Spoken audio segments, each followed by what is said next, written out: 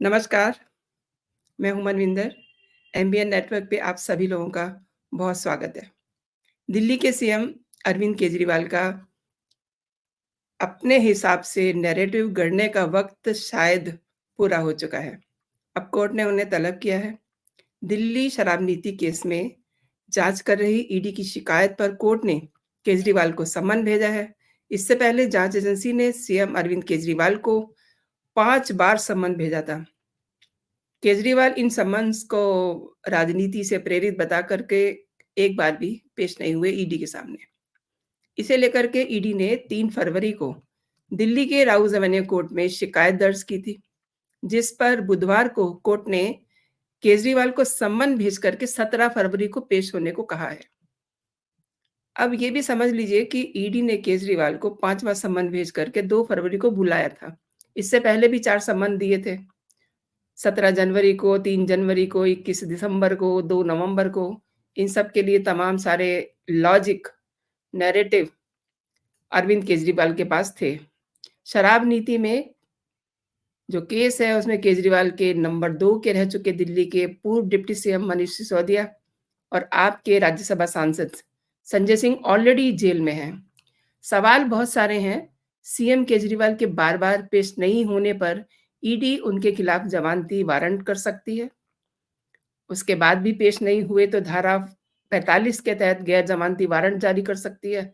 Prevention of money laundering act यानी कि PMLA के अनुसार पेश नहीं हो पाने की ठोस वजह बतानी पड़ती है और ईडी अगर समय दे तब बात बनती है और बार-बार अगर ईडी नोटिस जारी करती है और सामने वाला नोटिस की अवहेलना करता है तो गिरफ्तारी भी हो सकती है। यानी कि सवाल बहुत सारे हैं, किंतु-परंतु भी हैं। तो इन्हें समझते हैं। आज के मेरे बहुत ही ख़ास मेहमान हैं केसी गुप्ता जी। केसी गुप्ता जी कानून पर भी बहुत बारीक नज़र रखते हैं। उन्हें मैं जोड़ लेती हूँ, उनसे समझते हैं कि क्या है सारा मामला। सर नमस्कार, बहुत-बहुत स्वागत है आपका मेरे चैनल पे। जी, नमस्कार और आपके दर्शकों को भी मेरा नमस्कार। केजरीवाल को तो कोर्ट के ज़रिए ईडी के सामने जाना पड़ेगा। अब जब सर ईडी कोर्ट पहुँच चुकी है और कोर्ट ने केजरीवाल को पेशी का सम्मन जारी किया है। ईडी की शिकायत का संज्ञान लेकर के, तो अब आगे क्या? बहुत सारे सवाल हैं दर्शकों के मन में। मैं आपसे एक ओपनिंग नोट चाहूँगी। जी।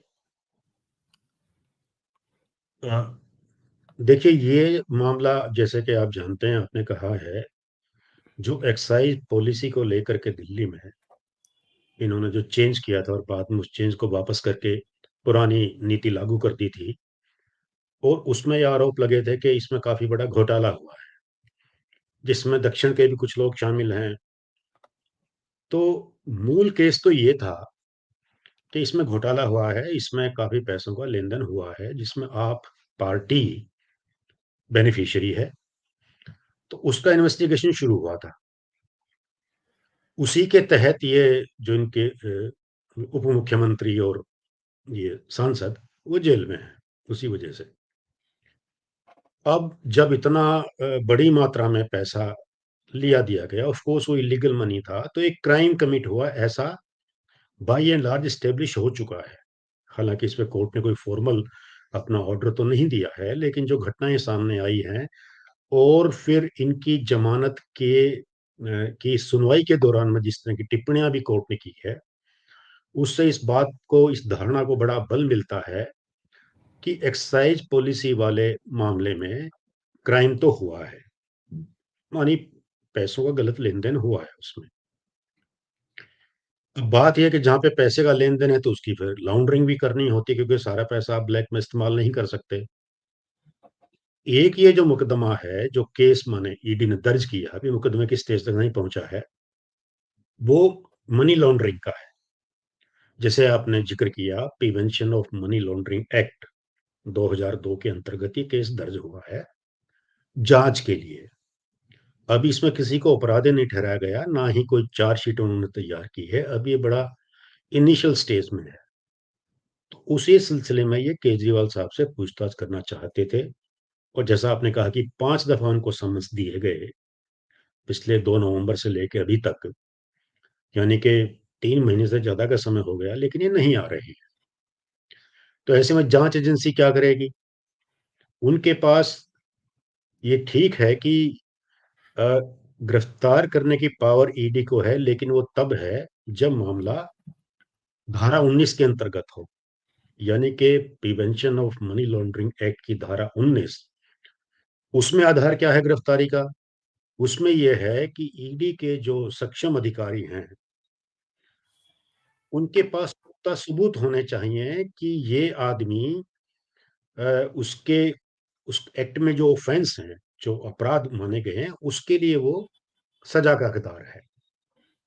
यानी वो कन्विंस जब होंगे और उनको कन्विंस होना पड़ेगा, उनके पास इतना मटेरियल हो, डॉक्यूमेंट्स हो, एविडेंस हो, तब ऑफ कोर्स वो गिरफ्तार कर सकते हैं, अदरवाइज़ नहीं कर सकते। अभी केजरीवाल साहब को जो समन्स उन्होंने दिए हैं, वो अंडर सेक्शन 50 दिए हैं, under section 50 of the PML. उसमें तो गिरफ्तारी का कोई सवाल ही नहीं है। और दिल्ली हाई कोर्ट ने 19 अक्टूबर 2023 के फैसले में बड़ा साफ-साफ कह दिया था कि भई सेक्शन 19 और सेक्शन 50 की जो कार्रवाइयाँ बिल्कुल डिफरेंट और डिस्टिंक्ट हैं, और जब आप 50 में किसी को बुलाते हैं, तो गिरफ्तारी नहीं हो सकती। तो कोई शक-ओ-शुबा इसमें नहीं है, कानून में भी नहीं है, और हाई कोर्ट के कहने के बाद तो किसी को कोई डाउट होना नहीं चाहिए। केजरीवाल साहब जो ग्राउंड्स इन्होंने लिए हैं बार-बार, तो कहा है, पहला तो इनका ऑब्जेक्शन ये था कि साहब आपने हमको बताया नहीं कि आप हमको एज़ एन एक्यूज़्ड बुला रहे हैं कि आप हमको गवाह के तौर पे बुला रहे हैं। तो ये बताने की आवश्यकता है कहाँ? वो तो सिर्फ़ पूछताछ कर रहे हैं। ये तय तो पूछताछ के बाद होगा। कोई भी एजेंसी हो, पुलिस हो, किसी राज्य की हो, सीबीआई हो, वो पूछताछ से पहले ये बात कैसे कह सकते हैं कि हम आपको एक्यूज़्ड मानते हैं कि हम आपको गवाह के तौर पे चाहते हैं, राइट? तो इनका ये जो ऑब्जेक्शन था, ये सस्टेनेबल नहीं था, किसी भी तरह से उचित नहीं था। बहरहाल, बाद के समन्स में केजरीवाल साहब ने दूसरे किस्म के ग्राउंड लेने शुरू कर दिए कि अभी तो मुझे गुजरात जाना है, मुझे फलानी जगह जाना है, मेरी पार्टी की मीटिंग है, मुझे गोवा में जाना है, और आप तो जो है, आपका तो समझ से पॉलिटिकली मोटिवेटेड है, और ये कि ये तो बीजेपी की कारस्तानी है, वगैरह-वगैरह। इन्होंने संक्षेप में जो कानूनी कार्यवाही थी, उससे बचने के लिए इन्होंने आधार लिया राजनीति का। इनको ये समझ लेना चाहिए था कि 2 चीज़ें बिल्कुल अलग हैं। आप राजनीति के फ्रंट पे भी लड़ सकते थे, उसके लिए मीडिया है, उस जो आप कर भी रहे हैं इन एनी केस, सड़कों पे उतर कर प्रदर्शन भी आप कर रहे हैं, तो राजनीतिक लड़ाई का फ़ोरम अलग है, लेकिन जो कानून की प्रक्रिया एक बार शुरू हो गई है, उसे तो कानूनी तरीके से ही आपको हैंडल करना पड़ेगा। ये नहीं हो सकता कि कानून की प्रक्रिया को रोकने के लिए आप राजनीति का दबाव डाल के अगर आप समझते हैं कि रोक देंगे, तो संभव नहीं है। बहरहाल, इन परिस्थितियों में 5-5 सम्मन्स के बावजूद भी ना आने के हालात में ईडी के पास कोई चारा नहीं बचा था, क्योंकि वो गिरफ्तार सीधे कर नहीं सकते। भई अभी वो कैसे कह दें कि हाँ जी, हमारे पास ऐसा मटेरियल है कि आप तो गिल्टी हैं, वो नहीं कहेंगे ऐसे, बिना आधार के कैसे कहेंगे? हालाँकि जो सम्मन्स दिए हैं सेक्शन 50 में, उसमें भी उनके पास सिविल कोर्ट की पावर होती है। हुँ, उसमें हुँ। 3-4 चीज़ें हैं, हुँ, हुँ। जैसे वो किसी भी आदमी को अटेंड उनके सामने करने के लिए, उनकी हियरिंग को अटेंड करने के लिए, उनके सामने पेश होने के लिए आदेश दे सकते हैं। वो इंस्पेक्शन कर सकते हैं किसी की प्रीमाइसेस पर जाकर, किसी के घर में, दफ्तर में इंस्पेक्शन की उनको पावर है। वो कोई रिकॉर्ड पेश करने के लिए कह सकते हैं, जिस भी आदमी के बारे में उन्हें मालूम हो कि इसके पास इस केस से संबंधित कोई रिकॉर्ड है, तो उसे वो माँग सकते हैं, और वो आदमी देने के लिए बाध्य है। और वो जो आदमी उनके सामने आया है पूछताछ के बाद, वो उसको कह सकते हैं कि आपको जो कहना है उसे आप एक एफिडेविट पे दीजिए। जी, तो ये सिविल कोर्ट की जो मिनिमम पावर है, और ये मैं आपको बता दूँ कि सरकार में बहुत सारे ऑफिसर्स के पास होती है। जी। इसको हम बोलते हैं काजी जुडिशियल प्रोसीडिंग, यानी कि ये जुडिशियल कोर्ट वाली नहीं है, ये काजी जुडिशियल है, माने न्यायिक प्रक्रिया से मिलती-जुलती है। और जो एग्जीक्यूटिव विंग के लोग हैं, कार्यपालिका के जो कुछ अफ़सर हैं, डेज़िग्नेटेड होते हैं वो उनमें से बहुत सारों को ये पावर दी जाती है। जैसे कोई इंक्रोचमेंट करता है, तो ज़मीन पर इंक्रोचमेंट हटाने के लिए जो प्रोसीडिंग होती है अंडर पीपी एक्ट, उसमें भी जो सक्षम अधिकारी उसके पास ये पावर होती हैं, तो ये कोई नई या अनोखी बात नहीं है। इस धारा में, धारा 50 में जो ईडी है, उनके पास सही पावर है, गिरफ्तारी उसमें नहीं आती। लेकिन अब ये सहयोग कर नहीं रहे। केजरीवाल साहब 5-5 बार सम्मन दे चुके हैं, तो उनको तो अपनी कार्रवाई आगे बढ़ानी है। उसी के तहत वो गए हैं कोर्ट में। 174 आईपीसी, इंडियन पिनल कोड की धारा 174 के अंतर्गत उन्होंने शिकायत दर्ज की थी कि साहब ये जो है हमसे सहयोग नहीं कर रहे हैं, इस वजह से हमारी केस में प्रोग्रेस जो है वो रुकी हुई है, हम आगे नहीं बढ़ पा रहे हैं। उसी के तारतम्य में कोर्ट ने इनको कोर्ट में पेश होने के लिए कहा है, केजरीवाल साहब को, 17 फरवरी। जी। तो ये इसका बैकग्राउंड है इस मामले का। सर, मैं ये समझना चाहती हूँ कि ईडी का सम्मन और कोर्ट का सम्मन किस तरीके से अलग है, भिन्न है? आई मीन जी, इनको तो ईडी के सम्मन भी जा रहे थे, अब इन्हें जी, केजरीवाल साहब को कोर्ट का हुँ, सम्मन गया है। जी। देखिए, जैसा मैंने आपको कहा कि ईडी के पास तो सिविल कोर्ट की अ, पावर है, सम्मन दे सकते हैं, किसी को आने के लिए आदेश दे सकते हैं, लेकिन वो जुडिशियल कोर्ट नहीं है। माने जेल की सज़ा वो अपने आप नहीं दे सकते, वो फाइन भी अपने आप नहीं लगा सकते, उसके लिए उन्हें कोर्ट में ही जाना पड़ेगा। लेकिन कोर्ट को ये पावर है। अब देखिए, आईपीसी की धारा 174 क्या कहती है?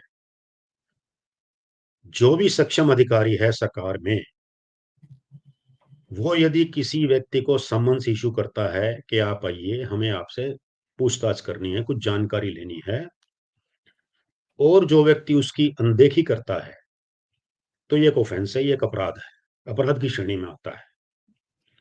या तो आप उचित कारण बताएं, और आपके बताए कारणों से जो सक्षम अधिकारी है वो कन्विंस हो जाता है, संतुष्ट हो जाता है कि आपकी जो प्रॉब्लम है वो जेन्युइन है। अक्सर होता है, लोग बीमार पड़ गए हैं, उदाहरण के लिए किसी घर में कोई ऐसी इमरजेंसी आ गई है, तो ऐसे मामलों में फिर वो टाइम दे भी देते हैं। जी। अगर वो आदमी सहयोग नहीं कर रहा है, बार-बार बुलाने के बावजूद भी नहीं आ रहा है, तो ये चीज़ अपने आप में एक अपराध है, जिसके लिए 1 महीने की जेल और ₹500 तक के फाइन का प्रावधान है। यानी एग्जीक्यूटिव अथॉरिटी जो क्वाज़ी जुडिशियल प्रोसीडिंग के तहत समन्स देती है, उसका पालन ना करने के लिए ये अपराध है। ये अपने आप में एक अपराध है। जैसा मैंने कहा, वो सज़ा वो एजेंसी खुद नहीं दे सकती, वो अधिकारी खुद नहीं दे दे सकता, उसके लिए उसे हुँ, हुँ। कोर्ट में जाना पड़े। अभी जो ईडी कोर्ट में गई है, राउज़ एवेन्यू कोर्ट में जो ये हुआ है, ये यही केस एग्ज़ैक्टली कि साहब हमने इनको इतनी बार बुलाया, ये आ नहीं रहे हैं, हमारी ये की हुई है, तो आप इनके खिलाफ कार्रवाई करिए। एक तो ये सम्मन की बात हुई। दूसरा, आपने पूछा कि कोर्ट का सम्मन कैसे डिफरेंट है। तो अभी जो कोर्ट ने इनको दिया है, आदेश दिया है, वो सम्मन, नोटिस, आदेश कुछ भी हो सकता है। जो जी। आदेश किया है कि भई आप 17 फरवरी को हमारे पास आइए। अगर वो इसके अनुपालन में भी कोर्ट के नहीं जाते हैं, जी। तो वो एक अपने आप में दूसरा अपराध हो जाएगा, और उसमें सज़ा की मात्रा ज़्यादा है। यानी कि ईडी के सम्मन की पालना ना करने के लिए जहाँ पर 1 महीना और ₹500 की सज़ा का प्रावधान है, कोर्ट के सम्मन्स की अवहेलना करने की जो सज़ा है, वो 6 महीने की जेल है और ₹1000 तक का फ़ाइन है। तो अंतर ये हो गया, यानी कि कोर्ट की अवमानना करने की जो कीमत है, वो ज़्यादा है, और खुद उनके पास है। उन्हें कहीं और जाने की ज़रूरत नहीं है कोर्ट को, वो तो सीधे वो आदेश कर सकते हैं, जब ये देखेंगे कि भई आदमी कोऑपरेट नहीं कर रहा। ये फ़र्क है। एक और चीज़ देखी जा रही है मतलब कि समझी जा रही है, अब इसमें अरविंद केजरीवाल, क्या इन्हें कोई ऐसा मौका मिलने वाला है कि ये चीज़ें लिंगर ऑन हो जाए? क्योंकि जो इनकी डे 1 से जो इनकी मंशा समझ में आ रही है, कोर्ट में केस जाने के बाद क्या सीन देखते हैं आप? देखिए, जहाँ तक संभावना का सवाल है, तो आज जो कोर्ट का आदेश है, हो सकता है कल ये जाकर हाई कोर्ट में खड़े हो जाएँ, कि साहब हमको स्टे कर दीजिए जो आदेश उन्होंने किया है। हाई कोर्ट ना माने तो फिर सुप्रीम कोर्ट में भी जा सकते हैं। तो जहाँ तक संभावना की बात है, तो उनके पास रास्ते अपील करने के लिए हमेशा खुले रहते हैं, किसी के पास भी खुले रहते हैं। अब ये संबंधित अदालत के ऊपर है कि वो इनकी बात को सुनकर इन्हें कोई रिलीफ देती है कि नहीं देती है। फ़र्ज़ कीजिए इनको रिलीफ नहीं मिलता, ये अपने जो भी लीगल चैनल अवेलेबल हैं इनके पास, वो उसको अवेल करते हैं और इनको कोई रिलीफ नहीं मिलता, तो फिर इनको 17 फरवरी को वहाँ पे जाना ही पड़ेगा। अगर ये फिर भी नहीं जाते हैं, तो कोर्ट इनको एक बार फिर समन दे सकती है, या court NBW non bailable warrant भी इस्तेमाल कर सकती है। नॉन बेलेबल वारंट को एग्जीक्यूट करने के लिए फिर वही होगा कि पुलिस वाले इनको गिरफ्तार करने के लिए जाएँगे, हुँ, कि साहब आपको तो ये तो कानूनी पहलू हैं इस मामले के। आप जहाँ तक व्यावहारिकता की बात अगर देखें, हुँ, हुँ। तो हम तो ये समझते हैं कि केजरीवाल साहब एजेंसी की बात को आप अनदेखी कर सकते हैं राजनीतिक आरोप लगा के या उस तरह की बातें करके। पर इतनी बात तो बखूबी समझते होंगे कि अदालत के आदेश के मामले में आप ये स्टैंड नहीं ले सकते, क्योंकि उससे वो ज़्यादा और मुश्किल में फँसेंगे। भई कल को पीएमएलए की अगर प्रोसीडिंग होती है, फ़र्ज़ कीजिए कि इन ये आ गए और पूछताछ हो गई और ईडी ने नतीजा निकाला कि हाँ साहब इनकी इन्वॉल्वमेंट है किसी न किसी रूप में, तो इनको फिर अदालत के सामने जाना है। हुँ, हुँ। कानून भले ही न कहे, लेकिन व्यावहारिक तौर पे ये तो होता ही है कि जब आप देखते हैं कि भई आप जज के आदेश का यदि पालन नहीं करते हैं, तो एटीट्यूड कोई आपके पक्ष में तो जाता नहीं है, वो तो आपके खिलाफ ही जाएगा। तो और फिर मीडिया का भी प्रेशर है, पब्लिक में भी ये बात जाती है, तो फिर आप किस-किस को कहेंगे कि भई सभी गलत हैं और केवल हम ही ठीक है। आज तो कहना बड़ा आसान है, कह रहे हैं कि साहब ये एजेंसी जो है, ये तो भारतीय जनता पार्टी के अपने टूल हो गए हैं और ये उनका जैसे कि अभी आतिशी जो इनके यहाँ मंत्री हैं, उन्होंने भी साफ-साफ कहा है, वो इस तरह की बातें कर रहे हैं कि उनके पास कुछ मिला नहीं है और हमने कुछ नहीं किया है, हम तो कट्टर ईमानदार हैं, केजरीवाल साहब खुद कहते रहे हैं। देखिए, ये सारी बातें कन्क्लूड तभी हो पाती हैं जब आप जाएँगे साहब। आज तो ईडी ने नहीं कहा कि आप दोषी हैं। किसने कहा कि आप दोषी हैं? आप क्यों ऐसा कह रहे हैं? एग्ज़ैक्टली। ईडी ने यही तो कहा कि भाई आओ हमें आपसे कुछ पूछताछ करनी है, कुछ आपसे जानकारी लेनी है, केस हमारे पास रजिस्टर है। आप चूँकि दिल्ली के मुख्यमंत्री हैं और आप ही के अंडर ये पॉलिसी बनी थी और वो जी, जी। वापस केस हमारे पास दर्ज है, तो हम केवल आपसे जानकारी लेना चाहते हैं, पूछताछ करना चाहते हैं। जी, मैं थोड़ा-सा ऐड ये ऑन सब कर दूँ बातें जो इसमें। जी, इसमें इसमें जो 4th समन था, उसमें ईडी ने बड़ा साफ लिखा था कि आपको गिरफ्तार नहीं करना। या यू आर राइट आपसे देखिए, जैसा आपसे मैंने कहा कि आपसे धारा पूछताछ करनी है। देखिए तो सेक्शन ये 50 में वो कर भी नहीं सकते। ये जो जी। इन्होंने अपना डर दिखा रहे थे ये मीडिया के माध्यम से पब्लिक में कह के, हुँ, वो तो बिल्कुल मिसलीडिंग था। वो लोगों को गलत ये बयानी कर रहे थे कि साहब ये हमको गिरफ्तार कर लेंगे। ऐसा नहीं होता और उन्होंने फिर जैसा आपने कहा कि ये साफ तौर पे कह भी दिया कि भई हम आपको गिरफ्तार नहीं करने जा रहे हैं। उनके पास पावर भी नहीं थी। तो वो कोई डर वास्तव में नहीं था। ये एक आप राजनीतिक स्टंटबाजी के चक्कर में ऐसा एक आप उठा दें गुबार, वो एक अलग बात है। नहीं ये मतलब ये भी देखने की बात है, क्योंकि ये जिस प्रोफ़ाइल में हैं, इन्हें भी सारे कानून पता हैं। इन्हें क्या डर है? हुँ, इन्हें क्या डर है? दूसरी बात ये भी है कि इनके डिप्टी सीएम जो हैं मनीष केजरीवाल, मनीष सिसोदिया आई मीन, सिसोदिया वो जी। जेल में है, संजय सिंह जेल में हैं, सेम उसमें। अब इनसे उसी के बारे में बात करनी है। अब कहीं न कहीं इन्हें ये पता होगा। अब आपको भी पता है कि ईडी किस तरीके से जाँच करती है। उसे कोई डंडे तो मारने नहीं होते हैं। जी। उन्हें तो येस और नो का सवाल जो डॉक्यूमेंटेशन होता है, उसपे हुँ, उनसे येस और नो लेना होता है।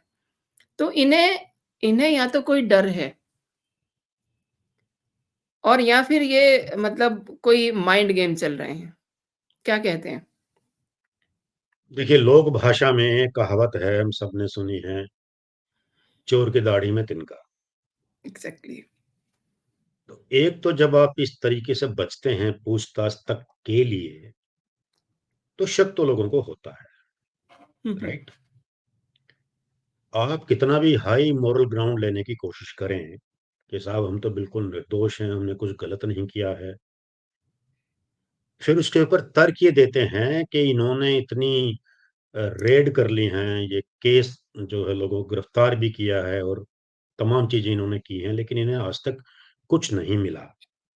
ये उनका तर्क है, ये कहने के पीछे के ये सारा पॉलिटिकली मोटिवेटेड है। इस आरोप के पीछे इनका तर्क इतना है कि आपने साहब कई बार तो रेड कर ली, हमारे घरों में, दफ्तरों में। Not only Kejriwal, I mean दूसरे जो लोग हैं, आप पार्टी के जो लोग हैं, आपने इतने लोगों के यहाँ रेड कर ली है और आपने जो है गिरफ्तारियाँ भी कर ली हैं, लेकिन आपको कुछ नहीं मिला। इसके जवाब में समझने की बात ये है कि जाँच एजेंसी को क्या मिला है और क्या नहीं मिला है, वो बात आज वो पब्लिक डोमेन में तो नहीं रखेंगे। जब तक जाँच कंक्लूड नहीं होती, वो किसी के भी सामने ये नहीं बताएँगे, कोई जाँच एजेंसी नहीं बताती है कि भई हमारे पास क्या मटीरियल है, क्या नहीं है। आप पत्रकार लोग जब अक्सर बात करते हैं बड़े-बड़े पुलिस अधिकारियों से भी किसी भी मामले में, तो हमेशा ये कहते हैं कि जाँच अभी जारी है और वो आपके सवालों का जवाब देने से इस आधार पे मना कर देते हैं कि अभी हम कुछ नहीं कह सकते, जी। राइट? ईडी के पास क्या मिला है, उनको उनको इनके पास से, आप पार्टी के लोगों के पास से क्या मिला है कि नहीं मिला है, ये बात तो ईडी का कोई अफ़सर, कोई कर्मचारी आज के दिन नहीं कहेगा। तो इसलिए इनका ये स्टैंड लेना कि साहब कुछ नहीं मिला और इसलिए झूठा केस है, इसमें कोई तत्व नहीं है, कोई दम नहीं है। और फिर जी। सीधी सपाट कॉमन सेंस की बात तो ये है कि जब वो आपसे कह रहे हैं कि भाई आके आप हमको कुछ जानकारी दीजिए, तो उसमें ऐतराज़ नहीं होना चाहिए। आप बच रहे हैं, बार-बार बच रहे हैं, तो उसमें एक शक शक की संभावना बनती है। का तो नहीं कह सकते, वो तो बातें बाद में आएँ। हुँ, हुँ। और रही बात ये कि आप उसको काउंटर करने के लिए जो हर बार ये राजनैतिक बयानबाज़ी करते हैं, मुझे नहीं लगता कि ये लॉन्ग टर्म में ये बात कहीं टिकेगी। ये नहीं टिकेगी और ये ईडी टिकने नहीं देगी। ये उन्होंने अपने इरादे आज साफ कर दिए हैं जब ये कोर्ट में गए हैं और कोर्ट का भी मूड ये ऐसा लगता है कि नहीं है कि इनको जाने दें, इसीलिए उन्होंने उनको समन कर लिया है। जी, नाउ जी। लेट्स सी कि आगे क्या होता है। एक्चुअली ईडी ने कोर्ट में ये शिकायत भी की है कि ये ना तो 5वें सम्मन पे सामने आए, ना इन्होंने कोई जवाब दिया। ये जी, तर्क कोर्ट में रखा गया है। जी। इसे किस तरीके से देखते हैं आप? देखिए, जवाब तो इन्होंने कुछ ना कुछ पहले दिया है। पहले आप ये तो दिया नहीं है, कह सकते कि नहीं पहले दिया है। पहले वालों 4 का दिया है, लेकिन जो हाँ, 5वां सम्मन है, उसको हाँ, इन्होंने हाँ। इग्नोर किया तो कुछ ना कुछ तो और जवाब इन्होंने दिया है, लेकिन जो जवाब दिए हैं वो कहीं से कन्विंस नहीं करते। अब आपको अगर गोवा जाना है अपनी हुँ, पार्टी के हुँ। काम से, तो भई आप कानून के सम्मन की अवहेलना कैसे कर सकते हैं? इंसान को सभी काम करने होते हैं, सब साथ-साथ चलते हैं। कोर्ट का देखिए अ, रवैया क्या रहेगा, ईडी ने शिकायत कर दी, ठीक है। और ये बात साफ हो गई कि कोर्ट ने कोग्निजेंस तो ले लिया। उन्होंने ईडी की शिकायत को आउट ऑफ हैंड खारिज नहीं किया है। यानी जी, कोर्ट को जी, लगा संज्ञान है लिया है बाकायदा कि संज्ञान लिया संज्ञान है। लिया है और इस मामले में आगे कार्रवाई होनी चाहिए, सुनवाई होनी चाहिए। आप यदि देखें तो पीएमएलए तो एक तरफ रहा, उसमें तो पूछताछ होगी इवेंचुअली, जब भी होगी और क्या निकलेगा वो तो बाद की बात है। लेकिन ईडी के सम्मन्स की अवहेलना करना बिना उचित कारण के, ये अपने आप में अपराध है। तो अगर ईडी इस बात पर इंसिस्ट करेगी और कोर्ट अगर मान लेगी, तो इसी आधार पे इनको सज़ा हो सकती है 1 महीने जेल की और ₹500 जुर्माने की। हुँ, एंड हुँ। ओवर है उसमें, तो जुर्माना देके छोड़ दें, हो सकता है कोर्ट कह दे ठीक है ₹500 जमा कराइए, कोई बात नहीं अब आप चले जाइए। या वो कहेंगे नहीं 1 महीना जेल चाहिए, वो कोर्ट के ऊपर है। जी। और अगर ऐसी ही अवहेलना कोर्ट के आदेश की करेंगे, तब वो सज़ा 6 महीने अथवा ₹1000 के जुर्माने की है। जी। लेकिन मैं समझता हूँ कि ईडी का प्राइमरी फ़ोकस तो मनी लॉन्ड्रिंग को लेके है। वैसे तो उनके अधिकारी ही फैसला करेंगे, लेकिन उनका अभी उनकी जो प्रायोरिटी क्या है? प्रायोरिटी तो उनकी ये है कि वो केजरीवाल साहब उनके सामने आ जाएँ, उनके सवालों के जवाब दें, ताकि जो मुख्य केस है, वो आगे बढ़े। जी। एक और बात है, मतलब संजय सिंह, मनीष सिसोदिया को अभी तक ज़मानत नहीं मिली है। तो कोई ना कोई ऐसे सबूत होंगे ना ईडी के पास भी, जो वो कोर्ट में भी रख चुके हैं। मनी ट्रेल जो है, वो जुड़ रही है इनसे। ये सब बातें भी केजरीवाल को पता है। अब ये कह रहे हैं कि ये सब जो कुछ भी चल रहा है, सब जो है पॉलिटिकल वेंडेटा के चलते जो है क्रिएट किया जा रहा है। इनका एक ही डायलॉग है कि राजनीति से प्रेरित ये कार्रवाई जी, चल रही है। तो ये जी।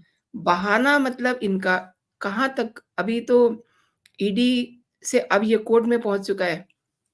तो ये कितनी दूर तक जाएगा, ये इनका जो लॉजिक है, लॉजिक कहिए, बहाना कहिए या बचने का एक तरीका कहिए। देखिए, जैसे मैंने कहा कि ये कोई आधार तो है नहीं। ये बिल्कुल भी कोई आधार नहीं है, इसमें एक बचने का कोई गुंजाइश नहीं है। जो कानूनी मामला है, उसको आप कानून के ही ढंग से अगर निपटेंगे, और कानून में बहुत सारी चीज़ें होती हैं, और केजरीवाल आज जिस स्थिति में हैं, जिस पोज़ीशन में हैं, इनके पास तो देश का जो बेस्ट लीगल ब्रेन है, उसकी सर्विसेज़ इनके पास हैं, कोई ऐसी दिक्कत वाली बात नहीं है। लेकिन कानूनी कार्यवाही का जवाब तो कानून के दायरे में, कानून के अनुसार ही देना होगा। आप कानून की लड़ाई को राजनीति के हथियारों से नहीं लड़ सकते। तो इसलिए वो तो कहीं इनको मदद करने वाली चीज़ है नहीं।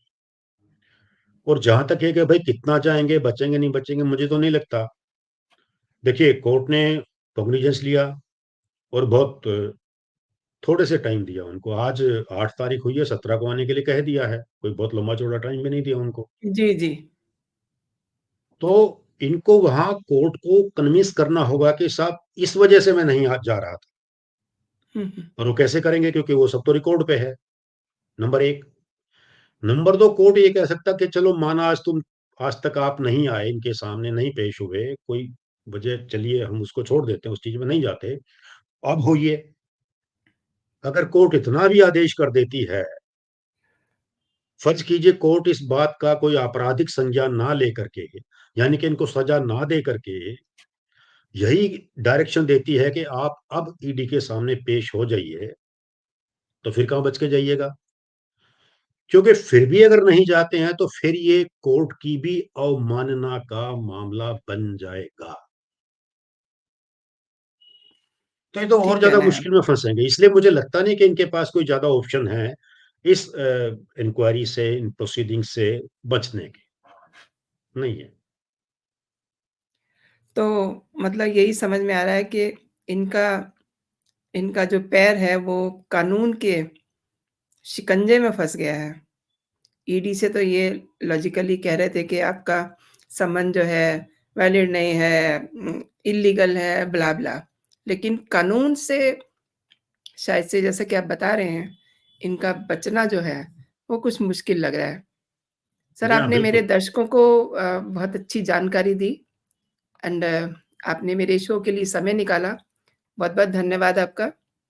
जय हिंद, जय भारत। जी, धन्यवाद। बहुत-बहुत आपका भी धन्यवाद। जय हिंद।